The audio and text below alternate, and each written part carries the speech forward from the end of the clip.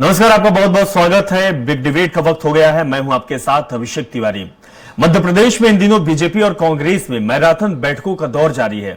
बैठकों के जरिए दल सियासी विसात बिछाने का काम कर रहे, क्योंकि लोकसभा चुनाव सिर पर है। ऐसे में बीजेपी कांग्रेस की निगाह मध्य प्रदेश की एक एक सीट पर बनी हुई है। आज चर्चा बैठकों से बनेगी बात पर चर्चा को विस्तार देंगे। उससे पहले एक रिपोर्ट देख लेते हैं।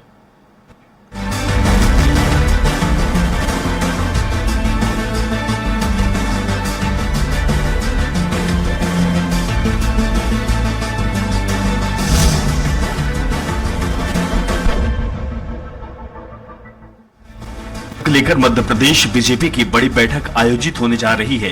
इस बैठक में लोकसभा उम्मीदवारों के नामों का पैनल फाइनल किया जाएगा, जबकि बुधवार को दिल्ली में होने वाली मीटिंग में इन नामों को रखा जाएगा। बैठक में लोकसभा चुनाव प्रभारी डॉक्टर महेंद्र सिंह, सह प्रभारी सतीश उपाध्याय, प्रदेश संगठन महामंत्री हितानंद शर्मा, बीजेपी प्रदेश अध्यक्ष वीडी शर्मा सहित चुनाव समिति के सदस्य मौजूद रहेंगे। बीजेपी कार्यालय में होने वाली इस बैठक में प्रदेश की 23 लोकसभा सीटों के उम्मीदवारों के नामों की पैनल फाइनल होगा। मध्य प्रदेश बीजेपी को केंद्रीय नेतृत्व की ओर से एमपी की 23 लोकसभा सीटों पर कार्यकर्ताओं और पदाधिकारियों से रायशुमारी पर संभावित दावेदारों के नाम खोजने के निर्देश मिले थे। दिल्ली में केंद्रीय नेतृत्व से मिले निर्देशों के बाद प्रदेश सरकार के एक मंत्री के साथ पदाधिकारियों को एक एक लोकसभा क्षेत्र में जाकर रायशुमारी की है। वहीं बुधवार को दिल्ली में बीजेपी की केंद्रीय चुनाव समिति की बैठक होगी। इस बैठक में मध्य प्रदेश चुनाव समिति से तैयार किए गए उम्मीदवारों के नामों के पैनल को रखा जाएगा। माना जा रहा कि बुधवार की देर शाम तक प्रदेश की 29 सीटों में से कुछ सीटों के उम्मीदवारों के नामों का ऐलान हो जाएगा।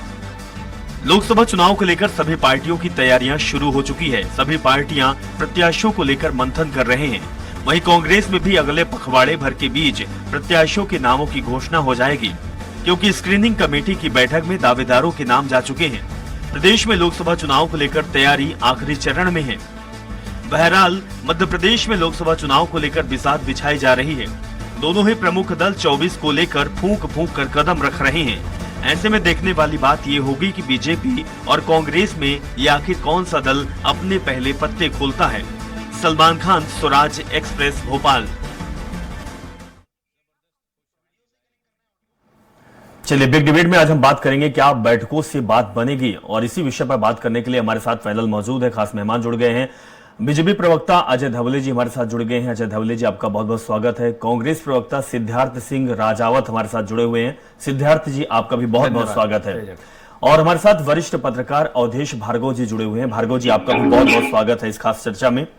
सबसे पहले हम बीजेपी के पास चलते हैं। अजय धवले जी, आपसे पूछूंगा, क्योंकि लगातार आपकी पार्टी सक्रिय है और आज भी इस वक्त भी स्क्रीनिंग कमेटी और चुनाव समिति की बैठक चल रही है। ये जो बैठक चल रही है, इस बैठक से क्या कुछ निकलने वाला है? क्योंकि बहुत सी लोगों की आशाएं हैं, उम्मीदें हैं कि हमें मौका मिलेगा।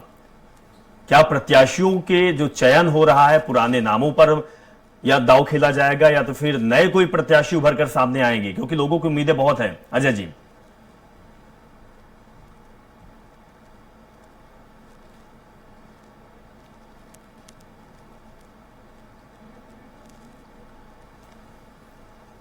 चलिए, तो अजय धवले जी से संपर्क अभी नहीं हो पा रहा है। सिद्धार्थ जी, आपके पास आऊंगा।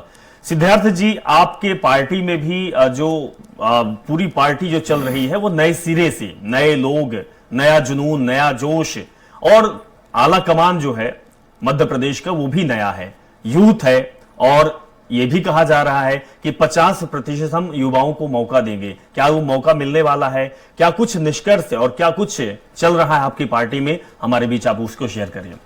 देखिए अभिषेक जी, मैं एक बात बोलना चाहूंगा आपके माध्यम से।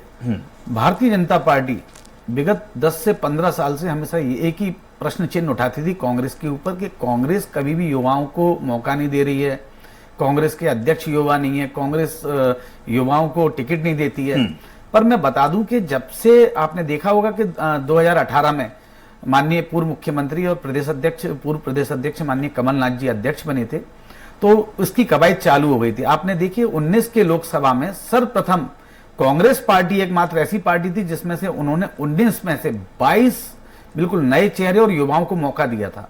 22 जो लोकसभा की टिकटें बांटी थी।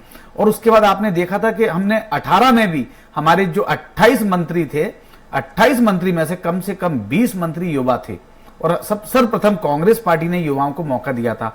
और अभी हमारे जो राष्ट्रीय नेतृत्व है उन्होंने जो हमको प्रदेश अध्यक्ष दिए हैं वो भी युवा दिए और ऊर्जावान दिए हैं, और ऐसे ऊर्जावान दिए जिन्होंने आज युवाओं के अंदर एक नया जोश पैदा कर दिया है। तो मैं आपको बड़ा जिम्मेदारी के साथ बताना चाहता हूं कि हमारे जो प्रदेश अध्यक्ष हैं माननीय जीतू पटवारी जी, आज उनके नेतृत्व में सारे युवा, हमारे मंडलम सेक्टर जितने भी हमारे ब्लॉक अध्यक्ष हैं, यूथ कांग्रेस है, एनएसयूआई है, बाल कांग्रेस है, सब एकजुट होके माननीय जीतू पटवारी जी के नेतृत्व में सब एकजुट होके खड़े हुए हैं। और हम युवाओं का नेतृत्व रहेगा और हम आपको बिल्कुल चौंकाने वाले नाम भी चौंकाने वाले देंगे। युवाओं के नाम आएंगे 29 में से 29 सीट, 29 में से 29 जी। चलिए ठीक है, अजय धवले जी आपके पास आऊंगा। अजय धवले जी, क्या कुछ चल रहा है आपके पार्टी के अंदर? चुनाव समिति की बैठक चल रही है, नामों पर मंथन चल रहा है, क्या कुछ निकल कर आएगा इस मंथन से? देखिए, भारतीय जनता पार्टी की संगठन की ये अंतर्गत प्रक्रिया है और इन संगठनिक प्रक्रिया का जो आउटकम आएगा वो निश्चित ही ऐसा आएगा कि भारतीय जनता पार्टी के ऊर्जावान, क्षमतावान कार्यकर्ता चुनाव लड़ेंगे। और निश्चित ही आप देखेंगे कि 29 की 29 सीटों का जो हम लोगों ने लक्ष्य रखा है, 2024 के लोकसभा चुनाव में भारतीय जनता पार्टी मध्य प्रदेश की 29 की 29 लोकसभा सीटें जीतने जा रही है। और आदरणीय प्रधानमंत्री श्री नरेंद्र मोदी जी ने 370 सीटों का लक्ष्य भारतीय जनता पार्टी के लिए रखा है और एनडीए के लिए जो 400 सीटों का समग्र रूप से लक्ष्य है, वो लक्ष्य की प्राप्ति एनडीए भी प्राप्त करेगा और भारतीय जनता पार्टी का जो 370 का लक्ष्य है वो हम भी प्राप्त करेंगे। देखिए, कोई भी दल राजनीति में इसलिए आता है कि उसके कुछ उद्देश्य होते हैं। भारतीय जनता पार्टी के राष्ट्र निर्माण का उद्देश्य स्पष्ट रूप से समाज हित की राजनीति करनी है, देश सेवा की राजनीति करनी है। और इसीलिए 10 वर्षों से आप देखेंगे कि एक नहीं अनेकों ऐसे उदाहरण हैं जब आदरणीय प्रधानमंत्री श्री नरेंद्र मोदी जी के नेतृत्व में देश सर्वप्रथम की नीति के तहत भारतीय जनता पार्टी की सरकारों ने काम किया। और इसीलिए बार बार मध्य प्रदेश की जनता, देश की जनता भारतीय जनता पार्टी को ऐतिहासिक बहुमत देते जा रही है। और आज विश्व की एक ऐसी इकलौती पार्टी है जो संकल्प लेती है चुनाव के पूर्व, उन संकल्पों को पूरा करने का कार्य भी करती है। और हमें विश्वास है कि मध्य प्रदेश की जनता, देश की जनता भारतीय जनता पार्टी पे इन संकल्पों की पूर्ति की वजह से पुनः विश्वास रखेंगी। रही बात कांग्रेस की, तो जो कांग्रेस का अंतर्द्वंद है, आप मध्य प्रदेश को अच्छे से कवर करते हैं, आप भी जानते हैं कि कांग्रेस का अंतर्कलह, कांग्रेस का अंतर्द्वंद आज सड़कों पे है। एक तरफ जीतू पटवारी जी की कांग्रेस है, एक तरफ कमलनाथ जी का खेमा, एक तरफ दिग्विजय सिंह जी का खेमा है। और ये जो खेमे में बटी हुई कांग्रेस है वो एन के एन प्रकार है।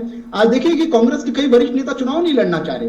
तो ये किसी दल की अगर स्थिति हो, ये जो युवाओं की बात कर रहे हैं, जब आपके दल में जो वरिष्ठ नेता, अनुभवी नेता हैं जो चुनाव से पीछे हट रहे हैं, ये विधानसभा के चुनाव में भी हुआ है, यही लोकसभा के चुनाव में भी हो रहा है। और आप कह रहे हैं कि हमारे यहाँ ऊर्जावान लोगों को टिकट दी जा रही है। यहाँ ऊर्जा एक ही व्यक्ति की दिख रही है, वो है राहुल गांधी जी।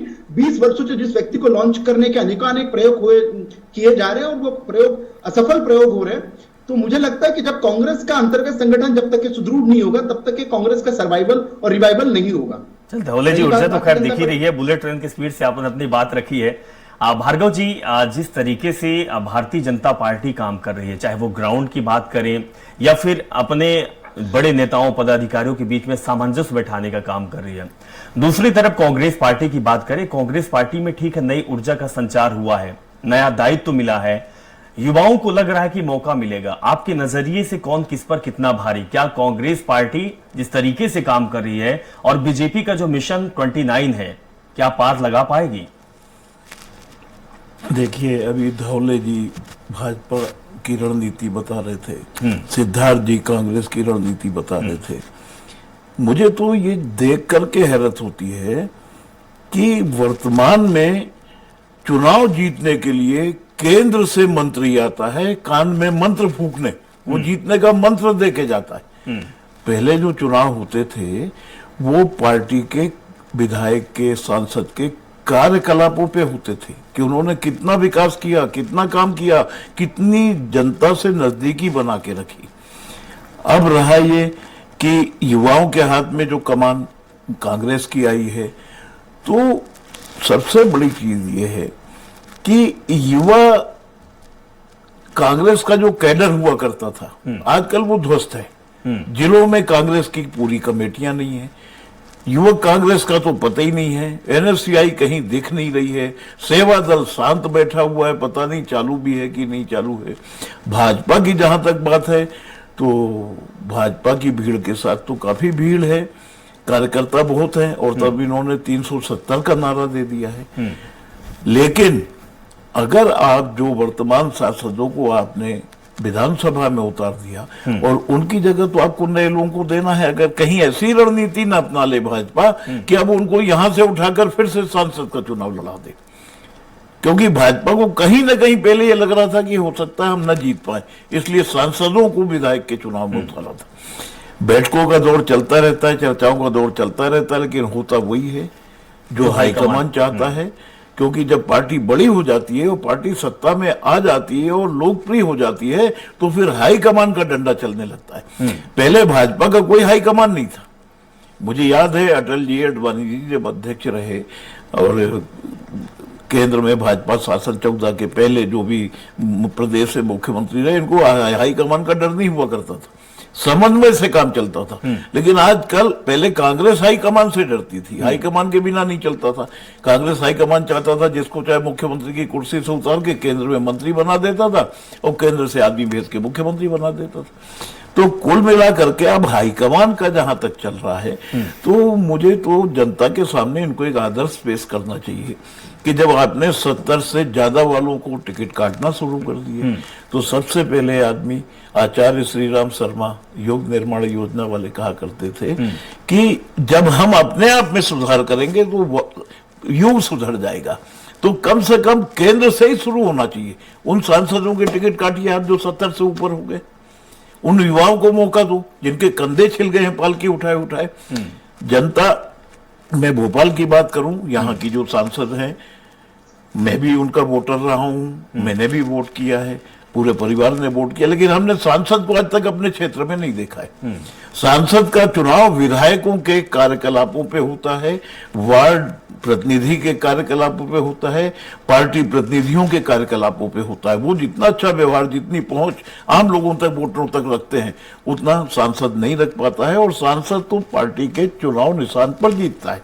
लेकिन सर, ये तो हम कुछ दिनों से देख रहे हैं कि केवल एक ही चेहरा होता है, चाहे वो विधानसभा चुनाव हो या फिर लोकसभा चुनाव हो, मोदी जी का चेहरा रख दिया जाता है, उन्हीं के चेहरे पे चुनाव होता है। प्रत्याशी कौन है, कितना जुड़ाव है, कितना काम किया है, कोई इसका किसी के पास हिसाब किताब नहीं होता है। सिद्धार्थ जी, आपके पार्टी में भी बहुत सारे लोग हैं जो लगातार काम कर रहे हैं, जिस तरीके से भार्गव जी ने बात कही है। आप जैसे लोग भी हैं जो कार्यकर्ता के तौर पर पार्टी के लिए काम कर रहे हैं, हमेशा सक्रिय रहते हैं, सजग रहते हैं, लेकिन जब प्रत्याशियों के चयन होता है तो सिर्फ कहीं ना कहीं गुटबाजी दिखाई देती है। अपने लोगों को प्रत्याशी बनाना, अपने लोगों को टिकट देना, बहुत सारे खेमे आ जाते हैं। आपकी पार्टी में है, आप इंकार करेंगे इसको या फिर आप सहमत हैं? कहीं दिग्विजय सिंह का खेमा आ जाता है, तो कहीं कमलनाथ जी का खेमा आता है, अब तो यूथ लोग आ गए हैं, युवाओं का एक खेमा भी बन रहा है। ठीक बोल रहे हैं धवले जी, ये खेमा दिखाई भी देता है। आप बात को काट सकते हैं लेकिन खेमा दिखाई देता है। अंततः कार्य करने वाला जो लगातार मेहनत करता है वो पीछे रह जाता है। देखिए, मैंने अभिषेक जी बड़ा धैर्यपूर्वक भार्गव जी की भी बात सुनी, अजय भाई की भी बात सुनी, मेरे साथी प्रवक्ता हैं भाजपा के जी। तो सर्वप्रथम तो मैं उनको बता दूं, उन्होंने एक बात बोली है अभी राहुल जी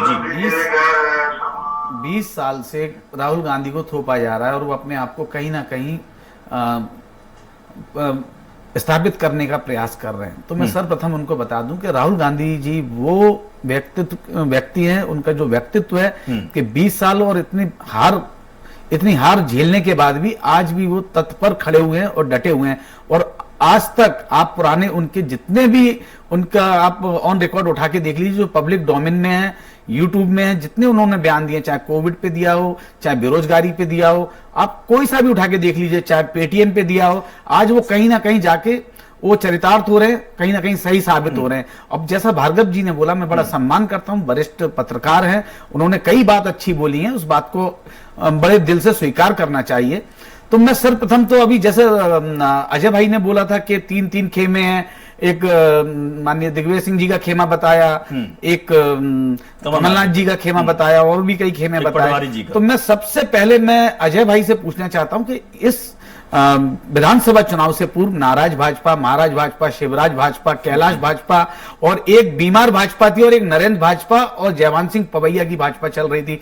उसके बारे में भी थोड़ा सा कुछ तर्क कीजिए, उसके बारे में भी थोड़ा विचार रखिए। और आज भी सीएम इन वेटिंग कई चल रहे हैं। अभी यादव चेहरा, ओबीसी चेहरा दिखाया है आपने, और उत्तर प्रदेश में आपने लॉन्च, इससे पहले भी आपने किस प्रकार से उमा भारती जी का चेहरा इस्तेमाल किया था ओबीसी के रूप में, और आपने दूध में मक्खी की तरह निकाल के फेंक दिया। तो उसके बाद आप शिवराज जी को लेकर आए और बीच में बाबूलाल गौर साहब को भी लाए थे, उनको किस प्रकार से हटा दिया गया।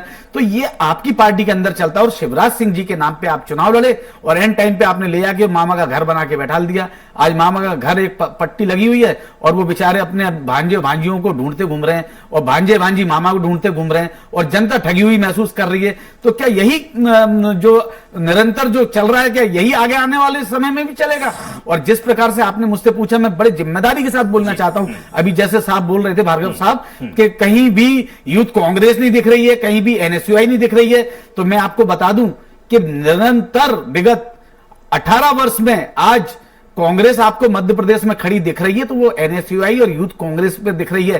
5700 हमारी यूथ कांग्रेस और एनएसयूआई के छात्रों पे एफआईआर की गई हैं और किस प्रकार से जब आंदोलन करते हैं तो किस प्रकार से दमन किया जाता है कि उनको पकड़ते हैं, अरेस्ट करते हैं और बसों में भर के 70 किलोमीटर दूर छोड़ दिया जाता है। ये तो जो दमन की नीति चल रही है भाजपा की, ये सामने है, जो आज मीडिया आपको दिखा नहीं रही है। मैं बड़े जिम्मेदारी के साथ बोलना चाह रहा हूं कि निरंतर घर चलो घर घर चलो, जन जागरण अभियान, भारत जोड़ो यात्रा, सब में कंधे से कंधा मिला के यूथ कांग्रेस ने काम किया है, एनएसयूआई ने काम किया है और अभी भी विधानसभा का घेराव किया था, राज्यसभा का घेराव किया था, ये भी हमारे यूथ एनएसयूआई और यूथ कांग्रेस ने किया था और वरिष्ठ कांग्रेस ने किया था। और अभी आप सेवा दल की बात कर रहे थे तो मैं आपको बता दूं कि सेवा दल आज भी हमारा निरंतर काम कर रहा है। हाँ, इस बात को मैं स्वीकार करूंगा कि कुछ समय के लिए हमारे सेवा दल के अंदर कुछ खामियां थी, उसको दोबारा से राहुल जी ने उसका पूरा मैकेनिज्म चेंज किया है। आप बात सही बोल रहे हैं, आपके पार्टी काम कर रहे हैं, लेकिन ये काम जिस तरीके से हो रहा है चुनाव के समय हो रहा है। विधानसभा चुनाव आता है तो काम दिखाई देने लगता है, लोकसभा चुनाव आता है तो काम दिखाई देने लगता है, नगरीय निकाय के चुनाव आते हैं तब दिखाई देने लगता है। बाद में कहां जाते हैं कार्यकर्ता, बाद में क्यों सक्रिय नहीं होते? भारतीय जनता पार्टी में ऐसा कुछ देखने को नहीं मिलता। चुनाव जीतने के तुरंत बाद आपके गढ़ छिंदवाड़ा में पहुंच जाते हैं शिवराज सिंह चौहान, चैलेंज दे के आते हैं कि एक छुट्टी हुई जो सीट है ये भी हम लेके रहेंगे 2024 में। सिद्धार्थ जी। अभिषेक जी, मैं आपकी कई बातों से सहमत हूं, पर मैं आपको बताना चाहता हूं कि 24/7 चुनाव मोड में रहने वाली भारतीय जनता पार्टी, जो अपने आप को विश्व की सबसे बड़ी मिस कॉल पार्टी बोलती है, और क्या कारण है कि आज उनको आयातित करके उनको कैंडिडेट लाने पड़ रहे हैं। मेरे को भार्गव साहब की बहुत अच्छी बात लगी कि उनको कहीं ना कहीं विधानसभा के अंदर डर था तो केंद्रीय नेतृत्व को लाके मध्य प्रदेश में उतारा गया। अब क्या कारण है कि हमारे जो राष्ट्रीय अध्यक्ष हैं उनको आना पड़ रहा है, कभी हमारे गृह मंत्री हैं उनको आना पड़ रहा है। केंद्रीय नेतृत्व इतना मजबूर क्यों हो गया? जब आपने धारा 370 की बात करी, आपने राम मंदिर की बात करी। नहीं, ये ठीक बोल रहे सिद्धार्थ जी, केंद्रीय मुद्दे को तो उठाया जाता है। यही बीजेपी से मैं जानना चाहूंगा, धवले जी आपसे जानना चाहूंगा कि वाकई जो चुनाव हुआ करते थे पहले या फिर जो चुनाव होने चाहिए, क्योंकि किसी भी लोकसभा या फिर किसी भी विधानसभा के मुद्दे होते हैं, लोगों की आस होती है, लोग जानते हैं कि हमारा नेता ये है। प्रधानमंत्री मोदी को तो नहीं जानते, प्रधानमंत्री मोदी का संसदीय क्षेत्र बनारस है, वाराणसी है, वो जिस विधानसभा से है, जिस लोकसभा से है, वहां के प्रत्याशियों को जानते हैं कि हमारा नेता ये है, हमारे लिए काम करेगा। लेकिन अक्सर ही देखने को मिलता है कि वो न तो अपने विधानसभा में नेता घूम रहा होता है, न लोकसभा में घूम रहा होता है। हाँ, मोदी के मुखौटे पर चुनाव जीत जाता है और 5 साल अपनी गद्दी बड़ी बड़ी गाड़ियों में घूमता रहता है। क्या यही राजनीति है कि एन केन प्रकारेण, जिस तरीके से आपने बात कही, और इसके साथ ही राजनीति में जो साम दाम दंड भेद होता है उसको अपनाकर चुनाव जीतना, इसके बाद बस बड़ी बड़ी गाड़ियों में घूमना, बड़े लोगों के साथ घूमना? धवले जी। मुझसे पूछ रहा है? नहीं, धवले जी। गति। हाँ जी, भारतीय जनता पार्टी सिर्फ चुनाव जीतने भर के लिए राजनीति नहीं करती। हम राजनीति करने का उद्देश्य जो आज ही अभी हमारे हाल ही में हमारे प्रधानमंत्री जी ने हमारे राष्ट्रीय अध्यक्ष ने कहा कि हम राष्ट्र नीति करते हैं। और वास्तव में आप देखेंगे, आप कह रहे हैं कि आपके पास विश्व का सबसे लोकप्रिय नेता है और जो सामान्य कार्यकर्ता से जो सत्ता के सर्वोच्च शिखर तक के पहुंचा है सिर्फ अपनी कार्य कुशलता की वजह से, अपने कर्तव्य, संगठन के कर्तव्य की वजह से। तो आप ऐसे नेता का उपयोग, आपका चाहे जिला पंचायत का चुनाव हो, आपका राज्यसभा का चुनाव, आपका लोकसभा का चुनाव, आपके सारे चुनाव हो, ऐसे नेता का उपयोग करेंगे। और राजनीति में आप समाज नीति करने के लिए आते हैं और राजनीति के माध्यम से, राजनीति चुनाव के माध्यम से ही खड़ी होती है। तो मुझे लगता है कि इसमें कोई किसी बात से कोई हम लोगों को दुविधा नहीं है कि हमारे प्रधानमंत्री जी को हम लोग किन चुनाव में यूज करें। हम नारा ही देते कि हमारे प्रधानमंत्री जी की गारंटी है और भाजपा का भरोसा है। दूसरा बात ये कह रहे थे कि कांग्रेस में ऐसे कोई खेमे नहीं बने, तो ये जो खेमे को जन्म हमने नहीं दिया। आप देखेंगे विधानसभा चुनाव के सामने पहले आपने ही कुर्ताफाड़ कांग्रेस लाई थी, विधानसभा चुनाव जैसे हुई है पीसीसी की जो कुर्सी मार कांग्रेस की लड़ाई है वो सबने देखी है, और भारतीय जनता पार्टी को इसमें दोष देने से मुझे नहीं लगता कि आपको कुछ फायदा लाभ होगा। भारतीय जनता पार्टी अपने संगठन के लिए सर्वोपरि रूप से काम करती रहती है, अपने कार्यकर्ताओं पे काम करती रहती है, उन्हें विभिन्न कार्यक्रम देती रहती है और उन कार्यक्रमों के माध्यम से अपना संगठन सुदृढ़ करती रहती है। मैंने जैसा कि पहले कहा, कांग्रेस अपना अंतर्गत संगठन सुदृढ़ करेगी तो कांग्रेस को भी नेतृत्व, नेता, नियत सब मिलेगा। लेकिन आज कांग्रेस की दिक्कत ये हो गई है कि कांग्रेस सिर्फ एक नेता को स्थापित करने के लिए, उसके लिए लॉन्च पैड का काम कर रही है। इसके सारे आप मंडलम से लेके इनके केंद्रीय नेतृत्व तक के, इनके सीडब्ल्यूसी तक के या इनकी वर्किंग कमेटी, सभी लोगों का उद्देश्य एक ही है कि एम के एम प्रकार राहुल गांधी जी का नेतृत्व सिद्ध करना। देखिए सिद्धार्थ जी बहुत अच्छी बात कर रहे थे, संगठन की अपनी बातें कर रहे थे। कांग्रेस का रिवाइवल तभी संभव है जब ये इनके जैसे युवा नेता, इनके जैसे लोग जो वास्तव में कांग्रेस का जमीनी कार्यकर्ता है वो अपनी बात रख पाए, उनकी बातों को सुना जाए। आज हम बड़े गर्व से कह सकते हैं कि हमारे सामने, नेतृत्व के सामने अगर हम 4 चीजें रखती है उसमें की हमारी 2 बातें सुनी भी जाती है, और ये भारतीय जनता पार्टी में ही संभव है। ये आयातित नेताओं की बात कर रहे थे, अगर अच्छे काम करने वाले अन्य दलों के नेता भारतीय जनता पार्टी की सदस्यता लेकर समाज सेवा की, राजनीति करना चाहते तो इसमें मुझे नहीं लगता कि उन लोगों को सिर्फ इसलिए रोका जाए कि वो अन्य दलों से आ रहे। अजीत पवार जैसे जिनको प्रधानमंत्री मंच से बोलते कि 70,000 करोड़ का घोटाला किया है। देखिए आपकी हेमंत बिस्वे जैसे कैसी बातें कर रहे हैं आप? कल तक कांग्रेस में रहते हुए वो आरोपित थे और आज आपके चले गए तो भारतीय जनता पार्टी की नेता अगर किसी दल में है, देखिए पाउडर से नहाने के बाद गंगा जैसे पवित्र हो गए वो। मुझे भी चिल्लाना आता है, नहीं चिल्लाना आता तो चिल्ला के बात कीजिए, जवाब दिया जाएगा। पहले आप इसका जवाब दीजिए। अजीत पवार, अशोक चौहान, हेमंत बिस्वे, ये पाक साहब है क्या? ये पाक साहब है क्या? कल तक कांग्रेस में थे, कल तक कांग्रेस में थे तो भ्रष्टाचारी थे, आज आपके जाके कैसे कार्यकर्ता बन गई है, कैसे ईमानदार कार्यकर्ता बन गई है, बताइए आप पहले। न जाना आपकी कांग्रेस के पतन का कारण है। श्री राम लला की भव्य दिव्य प्राण प्रतिष्ठा हुई, आपके नेतृत्व ने निमंत्रण अस्वीकार किया, यही कांग्रेस को जो पाप लगा है ना, इसकी वजह से आज आपके लोग कांग्रेस छोड़ के जा रहे। इसमें हमें मत दोष दीजिए। अजय जी, लोग परेशान, अजय जी, अरे एक नेता, श्री राम हमारे भी हैं, आपके भी हैं। ये इवेंट आपने जो बनाया है, इस इवेंट में नहीं, हम अपनी श्रद्धा से जाएंगे। और 1965 में जवाहरलाल नेहरू जी ने पहले ताला खुलवाया था, उसके बाद सुनिए आप किस बात पे क्रेडिट ले रहे हैं, किस बात पे क्रेडिट ले रहे हैं? हमारे स्वर्गीय राजीव गांधी जी ने सर्वप्रथम उसकी पैरवी की थी और उसके बाद भारतीय जनता पार्टी ने क्या बोला था कि जो उच्च न्यायालय बोलेगा उसको हम स्वीकार करेंगे, और आपका उसमें कोई योगदान नहीं है। उच्च न्यायालय ने आदेश दिया है, उसका पालन हुआ है, इसमें आपका कोई योगदान नहीं है। इवेंट बना लेने से सब कुछ नहीं होता। देखिए जनता के डोमेन में जाइए, जनता को मालूम है कि आप क्या कर रहे हैं। ठीक है, अब मुझे बात आप बताइए, कोई ओबीसी, कोई दलित, कोई हमारे प्रधान नागरिक कौन है देश के? देश के राष्ट्रपति, आपने राष्ट्रपति को बुलाया क्या? आपने राष्ट्रपति को बुलाया क्या?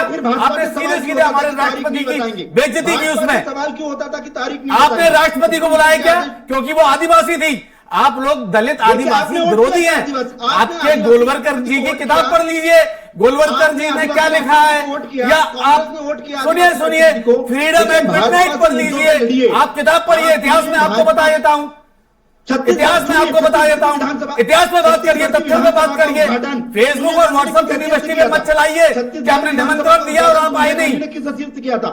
असम की विधानसभा का शिलान्यास सोनिया गांधी जी ने किस हैसियत से किया था? सोनिया गांधी कोई अरे अब आप पास्ट में क्यों जा रहे हैं? प्रेजेंट में आइए ना। संवैधानिक, अरे प्रेजेंट में क्यों नहीं बता रहे हैं? नहीं फिर सुनिए, अगर इंदिरा जी की बात कर रहे हैं तो 1971 में हम लोगों ने बांग्लादेश आजाद कराया, बांग्लादेश अलग कराया, पाकिस्तान के 2 फाड़ कराए, पर हमने उसका इवेंट नहीं बनाया। हमने बैंकों का राष्ट्रीयकरण कराया, हमने उसको इवेंट नहीं बनाया। सुनिए हमने राजा महाराजाओं का सारा सुनिए जो उनको मिलता था वो बंद करके आम जनता को दिया। हमने उसका इवेंट नहीं बनाया, हमने जनता का जनता को दिया। हमने बैंकों का प्राइवेटीकरण स्वीकार करना, बैंकों को जो अपने पतन की ओर जा रही है, सुनना नहीं चाहेंगे आप। मुद्दों की राजनीति करती है। जी सिद्धार्थ जी माफी चाहता हूँ, आपको रोकना चाहूंगा। बड़ी शांति, कागज पे 4 लाइनें लिख के और उसको बोल देना बहुत आसान है। इतिहास के आईने में झांकिए, सिद्धार्थ जी जवाहरलाल नेहरू जी ने क्या किया, आज आप किस प्रकार से उनको प्रेजेंट कर रहे हैं। और ये मैं तो अभिषेक जी के माध्यम से कहना चाहूंगा कि ये वही पार्टी है। मैं बहुत सम्मान देता हूं, क्योंकि मेरे ग्वालियर के थे स्वर्गीय पंडित अटल बिहारी वाजपेयी जी, जिन्होंने बोला था कि मैं सिद्धांतों की राजनीति करता हूं, मैं एक वोट के लिए मैं चिमटे से भी किसी भी सुनिए खरीद फरोख्त की राजनीति नहीं करता हूं। और उन्होंने अपनी सरकार की राजनीति 13 दिन की। पर आज क्या हो रहा है? 28 राज्य, सुनिए अभिषेक जी सुनिए, 28 राज्य, 9 यूनियन टेरिटरी। आप कहीं ना कहीं एन कैन प्रकार सरकार को तोड़ रहे हैं, गिरा रहे हैं, खरीद रहे हैं, जैसा आज उत्तर प्रदेश में किया, कर्नाटक में किया आपने। आप भी विपक्ष में, आप इस मुद्दों के क्यों नहीं उठा पा रहे हैं? कहां आपकी कमी है? कांग्रेस पार्टी का काम क्या होता है? अभिषेक जी, कांग्रेस पार्टी उठा रही है, मीडिया दिखानी नहीं। भारतीय जनता पार्टी कहीं ना कहीं ईडी, सुप्रीम कोर्ट और प्राइवेट एजेंसियों का सहारा ले रही है। भार्गव जी भी बैठे हुए हैं। देखिए, मुद्दे की बात पर बहस हो, दोनों राजनीतिक पार्टियां जो हैं बड़ी हैं और दोनों बड़ी सम्मानीय पार्टी हैं और जनता दोनों को स्वीकार करती है। इंदिरा जी के 3 काम बड़े अच्छे थे, बैंकों का राष्ट्रीयकरण, वनों का राष्ट्रीयकरण और प्रीवी पर समाप्ति। ये 3 काम उन्होंने किए थे, आज तक याद किया जाता है और उनसे वास्तविक लोकतंत्र आया। भाजपा के 2 चीजें मुझे बहुत पसंद है और आम बुद्धिजीवियों में जब बैठता हूं तो दोनों चीजों की चर्चा चलती है। एक तो भाजपा जो दूसरी पार्टियां छोड़कर, चाहे वो कांग्रेस हो या सपा हो या लोकदल हो, भाजपा में आते हैं तो वो बिल्कुल शुद्ध हो जाते हैं, पवित्र हो जाते हैं, ईमानदार हो जाते हैं और भाजपा जिस वायदे से लाती है उन बराबर अपना वायदा निभाती है। हम हर स्टेट पे देख रहे हैं, आम जनता कहती है, मैं नहीं, बुद्धिजीवी कहते हैं। लेकिन दूसरी बात भाजपा की सबसे अच्छी क्या है कि जो अपने सारथी रहे हैं या जो लीडर रहे हैं, जिन्होंने अच्छे काम किए हैं, उनको निवृत्त करके और अपमान करके एक कोने में बैठा देती है। ये भी आम जनता कहती है, ये पब्लिक भी देखती है। बहुत बहुत शुक्रिया आप सब लोग हमारे साथ जुड़े, भार्गव जी, अजय जी और सिद्धार्थ जी। जिस तरीके से प्रदेश और देश में राजनीति चल रही है, तो उससे यही समझा जा सकता है कि आने वाले समय में भारतीय जनता पार्टी मजबूती के साथ लोकसभा चुनाव लड़ेगी और कितनी सीट पाती है आने वाला वक्त बताएगा। लेकिन दूसरी तरफ कांग्रेस पार्टी, चाहे वो राहुल गांधी की भारत जोड़ो न्याय यात्रा की बात करें या फिर जिस तरीके से अलग अलग प्रदेशों में दायित्व मिला है, जिस तरीके से रिस्पॉन्सिबिलिटी मिली है, उसको भी भुनाने में कांग्रेस पूरी तरीके से काम कर रही है। लेकिन एक बात तो साफ है कि जो राजनीति है, जो राजनीति होनी चाहिए, वो अब दिख नहीं रही है। जहां राजनीति मतलब जनता का सरोकार, जनता के लिए, और जो वादे दावे किए जाते हैं या फिर जो भी रोड मैप बनाया जाता है उसको पूरा करना, वो कहीं ना कहीं बहुत दूर दिखाई देता है। फिलहाल बिग डिबेट में इतना ही। जुड़े रहें और देखते रहें स्वराज एक्सप्रेस। नमस्कार।